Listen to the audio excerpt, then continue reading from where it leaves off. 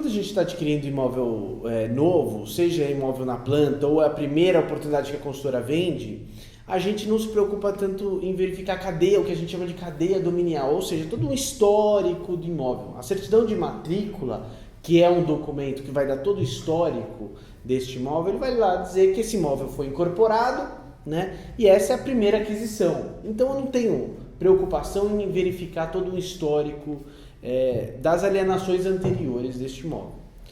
Quando eu estou comprando imóvel usado, vamos imaginar, a gente tem imóveis aqui em São Paulo desde a década de 50, da década de 60, aí sim eu preciso verificar, realizar um estudo de toda essa cadeia dominial, né? Ou seja, eu não tenho mais a preocupação como um imóvel na planta, se esse imóvel ele vai ser ou não construído. A hipótese, a verificação se o imóvel está bem construído ou não é muito uma análise jurídica, mas a cautela jurídica que o adquirente precisa verificar é saber, em primeiro lugar, se as vendas, as alienações, as vendas, as doações, todos os atos translativos anteriores, se eles foram atos regulares. Sendo atos regulares, eu preciso verificar, fazer uma consulta em nome do atual vendedor, ou seja, verificar eventualmente se esse vendedor ele não tem, por exemplo, dívidas, sejam elas dívidas trabalhistas, de execução fiscal, ainda que não sejam relacionadas ao imóvel. E por que eu faço essa consulta? Porque eventualmente, se essa pessoa, se o vendedor tem dívidas, este imóvel que é de propriedade dele pode ser utilizado como forma de pagamento desses valores. Então, eu preciso buscar uma certidão de matrícula e verificar se depois daquela aquisição, né, o nome daquele proprietário, se consta, por exemplo, uma penhora, se consta a penhora daquele bem. Se consta, por exemplo, a averbação de uma ação de execução que tramita contra este vendedor e que eventualmente pode levá-lo à insolvência, né? Ou seja, todas essas informações, como uma regra geral, elas deveriam constar nessa certidão de matrícula.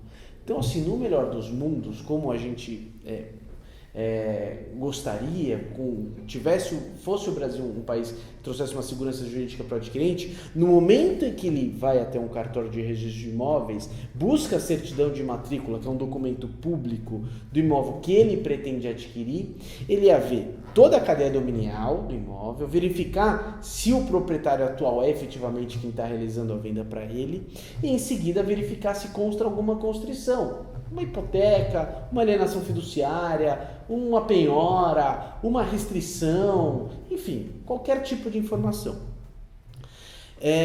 Não tivesse qualquer tipo de informação como essa, nós poderíamos dizer que o terceiro adquirente, ele presume-se a boa-fé desse terceiro adquirente.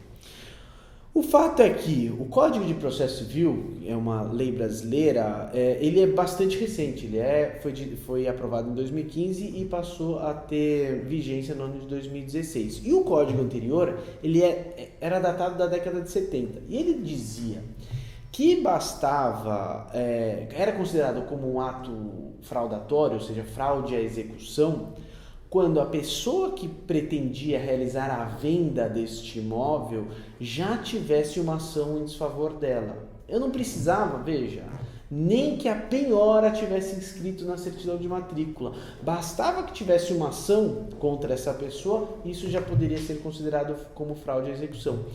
E considerando que o Brasil é um país que possui muitos estados e que a pessoa, embora resida, por exemplo, em São Paulo e o imóvel também esteja situado em São Paulo, pode ser que essa pessoa, há anos atrás, morou, por exemplo, em outro estado, morou no Ceará, ali constituiu uma empresa, teve dívidas trabalhistas e teve ações agora tramitando contra ela no estado do Ceará. Como é que a pessoa que está comprando imóvel em São Paulo tem essa informação? É impossível fazer uma consulta das certidões no país todo. Então, em virtude dessas dificuldades e realmente por circunstâncias muito prejudiciais ao adquirente e injustas, as pessoas que compravam e depois perdiam essa propriedade para realizar o pagamento de dívidas do antigo vendedor, foi que no ano de 2009 foi ditada uma súmula pelo STJ, pelo Superior Tribunal de Justiça, a súmula 375, dizendo que se não estivesse inscrito na certidão de matrícula essa informação, né, uma informação de uma penhora, de que tramitava uma ação contra um vendedor, presumia a boa-fé de quem comprou.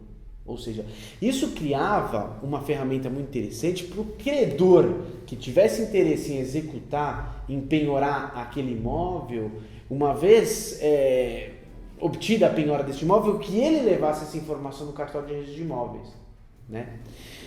Então, em razão disso, o nosso sistema jurídico ele caminhava numa proteção ao terceiro adquirente de boa-fé. Nesse mesmo sentido, a Lei 13.097, também de 2015, ela instituiu o sistema do que a gente chama de concentração dos atos na matrícula. Ou seja, qualquer informação sobre penhora, averbação de uma ação de execução, tudo isso deveria constar na certidão de matrícula do imóvel para que tivesse eficácia contra terceiros, né? O novo Código de Processo Civil, ele caminhou também, o atual Código de Processo Civil, nessa mesma linha de concentração dos atos à matrícula. Então, se a gente verificar o artigo 792, o inciso 1, 2 e 3, ele fala que só é considerado fraude de execução quando constar uma averbação da ação executiva, quando constar um registro de penhora. Só que o inciso 4 pôs tudo a perder, porque ele diz que também é considerado fraude de execução quando uma ação ela caminha, quando existe uma ação tramitando contra o vendedor, ou seja, a gente volta para um sistema da década de 70. E infelizmente, portanto, para eu realmente ter segurança jurídica, eu teria que continuar buscando as certidões. Certidão de matrícula, um documento imprescindível, mas isso não basta. Eu preciso, portanto, buscar as certidões do vendedor, pelo menos no local onde ele reside e no local onde é situado o imóvel. Agora, se eu tiver informação de que ele era de um outro estado, convém também buscar essas outras certidões.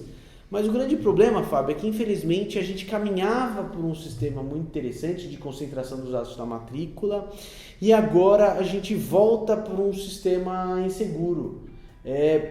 Infelizmente, no Brasil, a maioria das pessoas que adquirem imóvel, elas já estão praticamente no sonho do primeiro imóvel, é uma economia de 10, de 20 anos e todo o valor que ela economizou a vida toda ele está colocando no imóvel.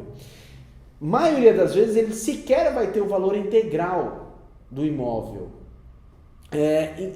para realizar o pagamento. Então ele também vai se valer de um financiamento bancário.